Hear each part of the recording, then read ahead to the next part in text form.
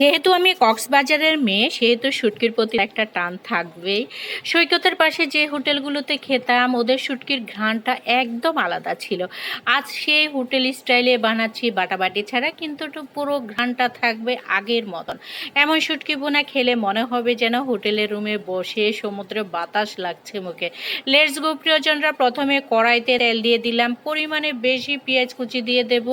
এই পেঁয়াজটাকে তেলের মধ্যে একটু নরম হচ্ছে, তো আপনার এর মধ্যে এখন অ্যাড করব রসুন কুচি।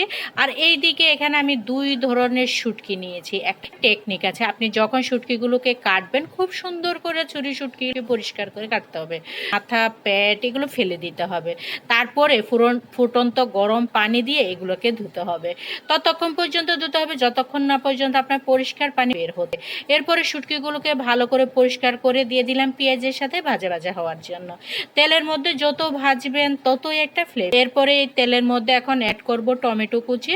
টমেটো কুচিটা দেওয়ার পরে আবারও নাড়াচাড়া করব। টমেটোটা যতক্ষণ না পর্যন্ত গলে যাচ্ছে ততক্ষণ পর্যন্ত আমি এটাকে নাড়াচাড়া করব। টমেটোটা গলে গেলে ভাজা ভাজা হয়ে আসলে, শুটকিটা ভাজা হলে এর মধ্যে আদা রসুন পেস্টটা অ্যাড করব। তারপরে আপনার এটাকে আবারও ভাজা করব, যাতে এই রসুন আদা রসুন পেস্ট টমেটো ভাজা ভাজা হয়ে এবং টমেটোটা গলে যায়। তারপরে এখানে আমি ভিজিয়ে রেখেছিলাম মরিচের গুঁড়া, হলুদের গুঁড়া, ধনিয়ার গুঁড়া, সেই পেস্টটা এখন দিয়ে দেব। এই পেস্টটা দেওয়ার পরে আপনার তরকারি থেকে একটা বাটা মশলার ফ্লেভার আসবে। এটা কিন্তু খেতে অনেক মজা হয়। তারপরে এগুলো দেওয়ার পরে এখানে আমি সবগুলো ইনগ্রেডিয়েন্টস আরও ভালো করে ভাজা ভাজা করব। দেন এর ফুটন্ত গরম পানি দিয়ে দেবো, একটু পরিমাণ মতন গরম পানিটা দিবেন, যাতে শুটকি টমেটো তারপর মশলাগুলো যাতে কাঁচা গন্ধটা না থাকে, শুটকিটা সেদ্ধ হয়ে যায়। ওই পরিমাণ অনুযায়ী আপনি ফুটন্ত গরম পানিটা দিবেন, যে আপনি কিন্তু এখানে ঠান্ডা পানি অ্যাড করবেন না।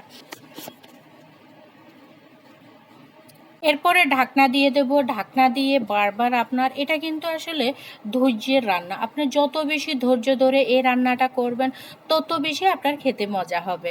এটা কিন্তু ঢাকনা খুলে একটু পর পর আপনার উল্টিয়ে পাল্টিয়ে দিতে হবে, যাতে আপনার নিচে দিয়ে লেগে না যায় বা পুড়ে না যায়। এটাকে আপনি যত বেশি ধৈর্য দিয়ে রান্না করবেন তত বেশি আপনার রান্নাটা সুন্দর হবে। দেখুন কি সুন্দর একটা কালার চলে আসছে। এই কালার না আসা পর্যন্ত আপনাকে ধৈর্য ধরে রান্নাটা চালিয়ে যেতে হবে। এরপরে এখানে দিয়ে দিলাম রসুনের ফালি, অনেকগুলোই দিয়ে দিলাম। যত বেশি আপনি রসুনটা দিবেন তত বেশি খেতে কিন্তু এটা মজা হবে।